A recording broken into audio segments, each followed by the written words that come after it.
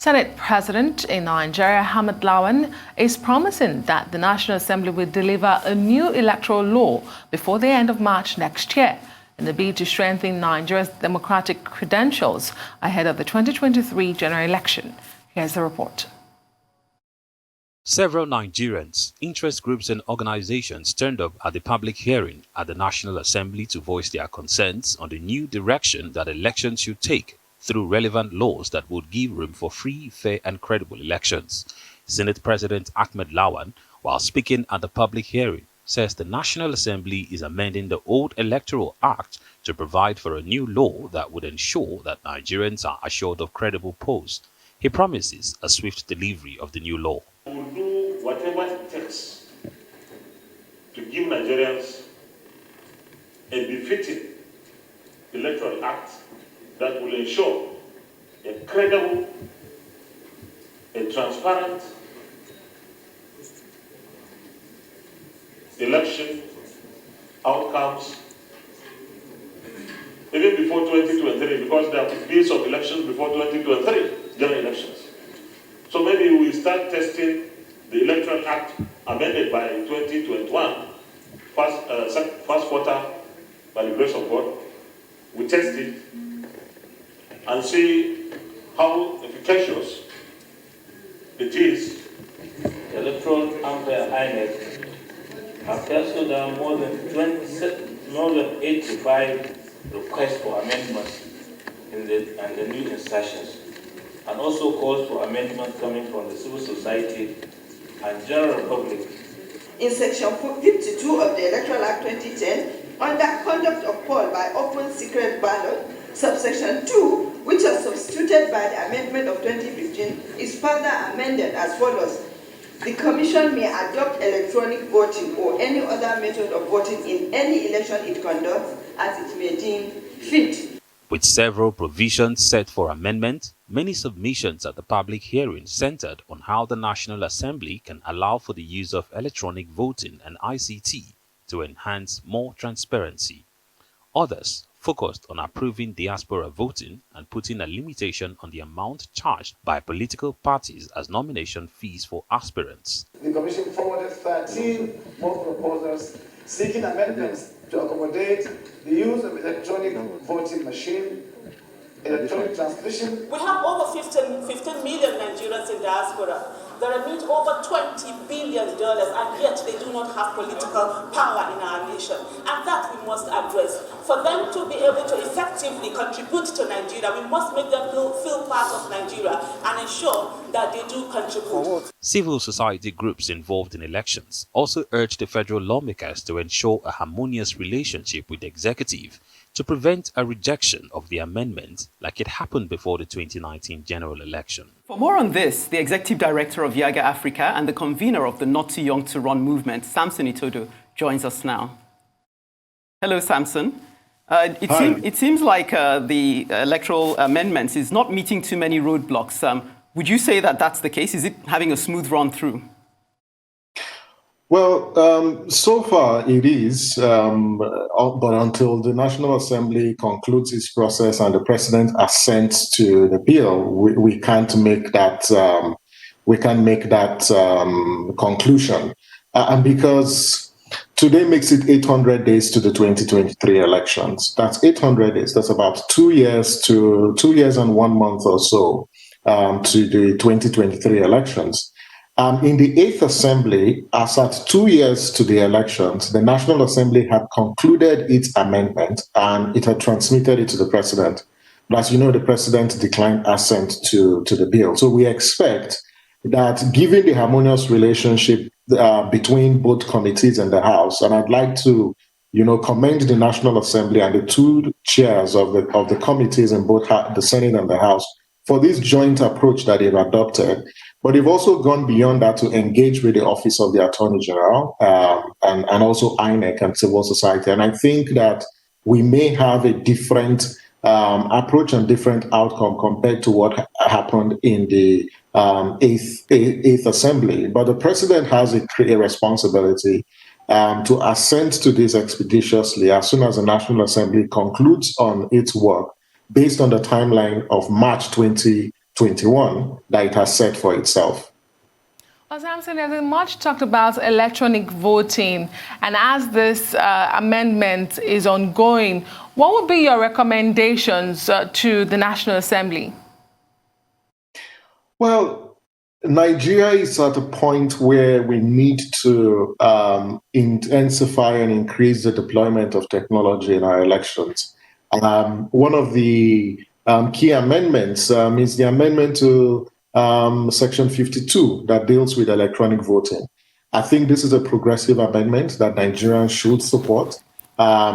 We just need to ensure that INEC is ready, to procure these machines over the next 24 months, actually over the next 12 months, if we're going to use electronic voting machines for the elections, because there are several principles that govern deployment of electronic voting machines for elections. First, you need to build national consensus. You need to test those machines and ensure, they are effective. Technology is vulnerable. Machines can collapse. And so you need a lot of time to test those machines so they don't disappoint voters on the day of elections. But I think that this amendment will, to a large extent, deepen the integrity of our electoral process. It would also increase, citizens' participation and perhaps regulate, the character of our political class, where they deploy violence, to undermine and rig elections. But I'd like to put a caveat here that we have to be careful with the deployment of technology, particularly electronic voting. It's not a guarantee that electoral integrity will be upheld. What we don't want is people's will being subverted by just a click of a button, and what Raila Odinga in Kenya will call computer-generated leaders. That is not what we want. Therefore, as we deploy this, from the procurement of those machines, INEC needs to be open. There has to be media participation. There has to be civil society participation. And we've got to monitor, the procurement of those electronic voting machines. Because I say this, even if you deploy the best of the electronic voting machines in the world, with the kind of political class you have in Nigeria today, they will do everything possible to subvert the will of the people. And that is where we should focus our attention on. How do we, reset the mindset of our political class who come to elections as a war and not an opportunity to test their popularity or debate issues that affect the common man? Yes, that's definitely a point to note. So if we're moving towards a more transparent and hopefully more representative process, what other aspects of the Electoral Act do you feel would be the game changer when it comes towards our journey towards 2023? In fact, there are key amendments, very progressive amendments. First, Section 68.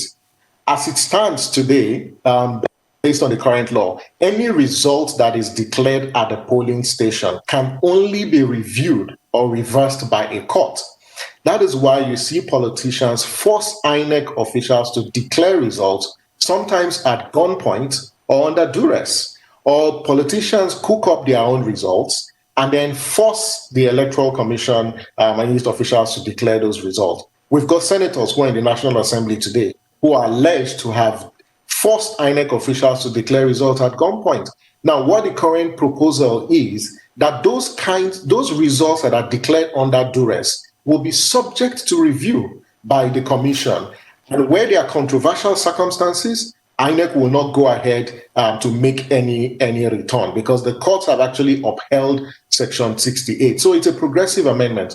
The second one is on Section 26 of the Electoral Act that deals with postponement of elections. This is coming against the background of what happened in Kogi and Bayelsa, where in the course of elections, politicians deployed violence to undermine the process. But INEC couldn't suspend the election because there was no provision in the law that says when voting has commenced and there's reason, verifiable and cogent reason to believe that the election will be violent and people will not be given the opportunity to cast their votes. In those cases, INEC cannot suspend the elections. But based on the current proposal, INEC can suspend elections where they become violent and where talks are on rampage, provided those cases are substantial and they are not isolated.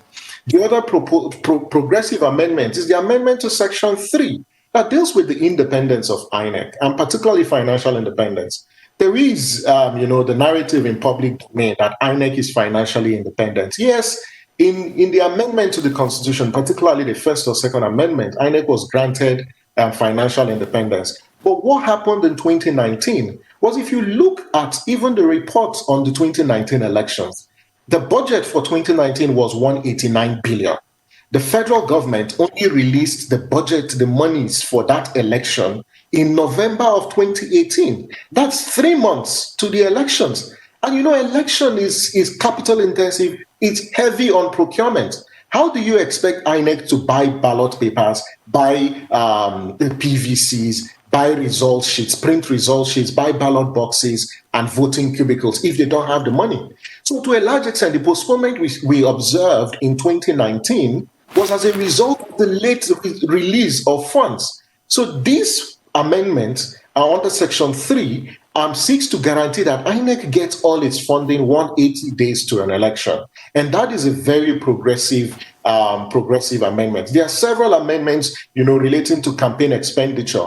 I think that politicians, particularly Nigerians with altruistic objectives who want to seek for office, women, youth, and persons with disability, should be happy with the amendment to Section 87 of the Electoral Act that pegs thresholds that parties can charge for party nomination forms. In the 2019, even in the last governorship elections in Edo and Ondo, the parties charged candidates 22 million naira for just a sheet of paper that they call nomination forms.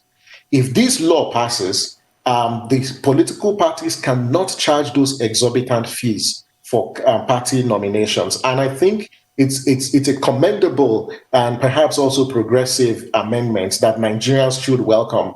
But I'd like to say that, yes, the public hearing has held, but we cannot go back and relax. We need to keep up the pressure on the National Assembly to make do its promise that by March of 2021, we will have a new electoral law ready for the Anambra elections, the Ekiti Osun governorship elections, and the 2023 elections. Thank you so much, Samson Itodo, Executive Director, YIAGA. Fingers crossed. We'll watch and see how it all plays out. Hopefully it gets passed, as you said. Thank you so much for appearing on Newsday.